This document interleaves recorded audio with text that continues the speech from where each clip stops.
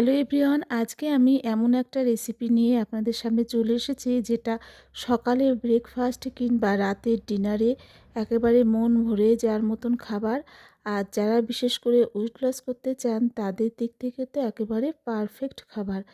তো এই রেসিপিটা করার জন্য লাগবে এখানে ডালিয়া। তো আমি এখানে ডালিয়া নিয়েছি, দেখুন এগুলো কিন্তু ডালিয়া। আর হাফ কাপ ডালিয়া নিয়েছি, কারণ হাফ কাপ ডালিয়াতেই আমাদের পুরো পরিবারের হয়ে যাবে। ডালিয়া কিন্তু জলে দিলে ফুলে যায়, তো হাফ কাপ নেওয়াই ভালো। মানে পরিবারের সদস্য অনুযায়ী আপনারা পরিমাণটা নেবেন। তো ডালিয়া আমি শুকনো কড়াতে ভেজে নিচ্ছি, ঠিক যেমন ডাল ভাজে ওরকমভাবে ভেজে নিতে হবে। মানে ডালিয়াটা ভাজার পর আমি এটাকে ধুয়ে নেব, তার জন্য জল দিচ্ছি। জল দিয়ে ২ থেকে ৩ বার মতন ডালিয়াটাকে ধুয়ে নেব। ধুয়ে নেওয়ার পর আমি একটা ছাঁকনাতে তুলে রাখলাম, যাতে এর থেকে এক্সট্রা যে জলটা থাকে সেটা বেরিয়ে যায়। আর এই ফাঁকে আমি কড়াতে কিছুটা তেল দিয়েছি, সর্ষের তেল, আপনারা চাইলে সাদা তেল দিতে পারেন। তেলটা গরম হয়ে যাওয়ার পর আমি কিছুটা চিনেবাদাম দিয়ে দিলাম ভাজার জন্যে। একটু লাল করে বাদামগুলো ভেজে তুলে নেব। আর আপনারা কিন্তু চিনেবাদাম তো দেবেন, সেই সাথে কিন্তু কাজু বাদামটাও দেবেন। আমার হাতের কাছে কাজুটা ছিল না বলে আমি কাজুটা দিতে পারিনি। আপনারা কিন্তু অবশ্যই কাজুটা দেবেন, কারণ এই খাবারে কিন্তু কাজুটা দিলে খুবই ভালো লাগে। তো অবশ্যই কাজুটা থাকলে দেবেন। এবার বাদামটা তুলে নিলাম ভেজে, এবার দিয়ে দিচ্ছি ওই একই তেলে সর্ষে ফোড়ন আর কিছুটা কারি পাতা, ফ্রেশ কারি পাতা দিয়ে দিচ্ছি। আর কারি পাতাটা আপনারা কম বেশি নিজেদের ইচ্ছে মতন করতেই পারেন। আমি একটু বেশি পরিমাণে দিলাম, কারণ কারি পাতা আমার ভালো লাগে বেশি, ওই জন্য আমি একটু বেশি দিয়েছি। তো একটু ভাজা ভাজা করে নিচ্ছি পাতাগুলো। একটু ভাজা ভাজা করার পর আমি এতে দিয়ে দিচ্ছি একে একে সবজি। তো এখানে আপনাদের পছন্দ অনুযায়ী সবজি দেবেন।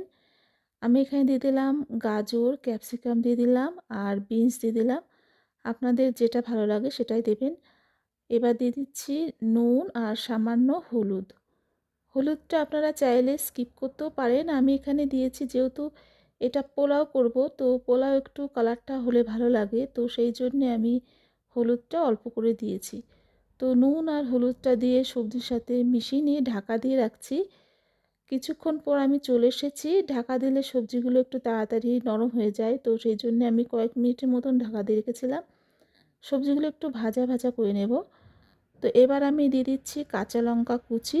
এখানে আমি ৩টে কাঁচা লঙ্কা নিয়েছিলাম, সেটাকে দিয়ে দিলাম।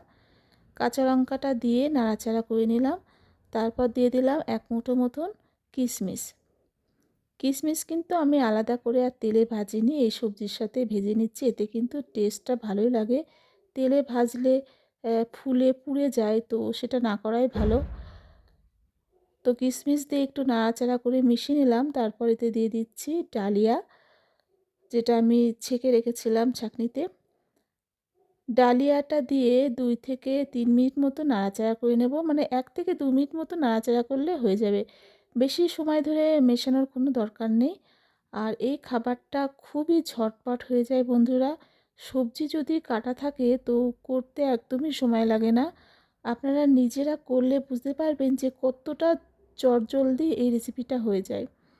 তো আমি মিশিয়ে নিলাম। এবার দিয়ে দিচ্ছি জল। তো আমি এখানে ১ কাপ জল দিলাম। যেহেতু আমি হাফ কাপ ডালিয়া দিয়েছিলাম, তো সেই অনুযায়ী আমি ১ কাপ জল দিলাম। আপনারা যেমন পাত্রে ডালিয়ার মাপ নেবেন তার থেকে ডবল জলটা দেবেন।